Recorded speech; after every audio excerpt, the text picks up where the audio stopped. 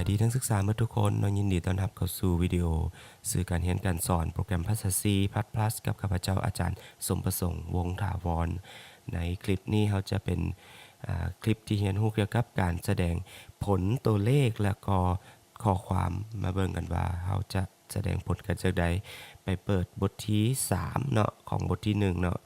ของภาคที่1บทที่3ก็คือ display text and numeric นะบทที่3ตัวนี้นะเราก็เปิดขึ้นมาปึ๊บนะหลังจากเปิดขึ้นมาแล้วเราก็จะเห็นโค้ดเดี๋ยวเรามาเบิ่งกันว่าโค้ดของเรามีอย่างใดเนาะ execute compile and run เนาะหลังจากโปรแกรมขึ้นมาแล้วเราก็จะเห็นเป็นข้อความขึ้นว่า this iPhone cost $300 นะ this iPhone cost $300 นะมาเบิ่งกันว่าข้อความ2ตัวนี้คือกันแต่มาเบิ่งวิธีการเขียนโปรแกรมของเราหน่อยนึงนะแถวที่5กับแถวที่6ที่เราเขียนไว้นักศึกษาสังเกตไว้จังได๋เฮาเขียนคือกันหรือว่าต่างกัน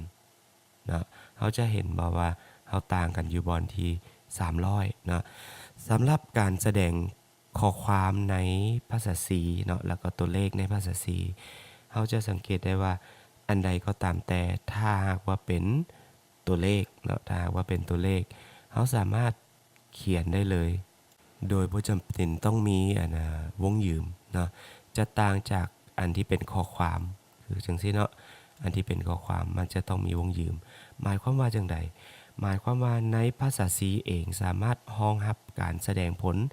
สิ่งที่เป็นตัวเลขได้เลยทันทีเนาะโดยที่บ่ต้องไปใส่เครื่องหมายโค้ดหรือว่าเครื่องหมายวงยืมให้มันอันใดที่เป็นข้อความเป็นตัวอักษรเนาะแม่นจะต้องได้ใส่วงยืมให้กับมันเดี๋ยวมาเบิ่งกันเติมว่าความสามารถของตัวเลขยังมีความสามารถด้านใดอีกก็คือเขาสามารถแสดงผลบวกเนาะระหว่างตัวเลข2ค่าได้ก็คือจะเป็นจังได๋เนาะก็คือเขาสามารถแสดง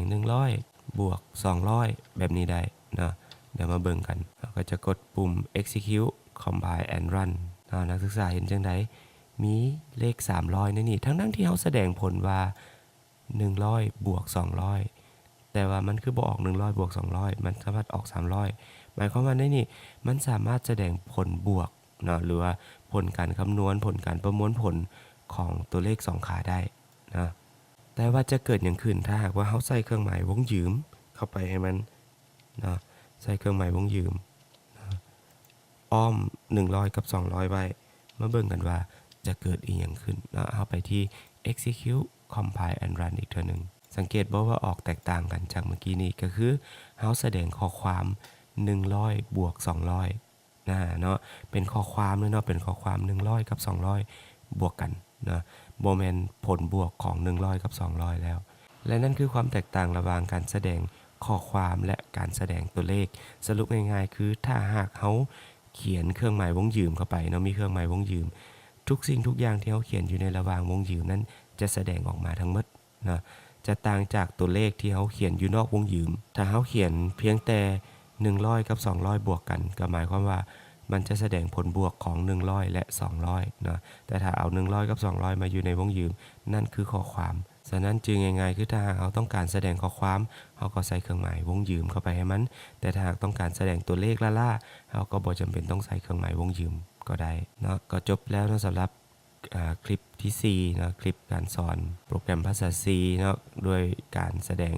ตัวเลขแล้วก็การแสดงข้อความเนาะแสดงให้รู้ว่าความแตกต่างกันมันต่างกันอยู่บนใดนักศึกษาสามารถเอาไปประยุกต์ใช้ได้กับโปรเจกต์ของตัวเองเนาะหรือว่าเวียกบ้านที่อาจารย์มอบให้นะสำหรับคลิปนี้ก็ขอพอเพียงเท่านี้ก่อนถ้าหากว่านักศึกษาสนใจอยากเบิ่งคลิปต่อไปก็อย่าลืมกด Subscribe แล้วก็กดปุ่มรูปกระดิ่งเพื่อจะบ่ได้พลาดคลิปต่อๆไปเนาะสำหรับคลิปนี้ก็พอเพียงเท่านี้สบายดี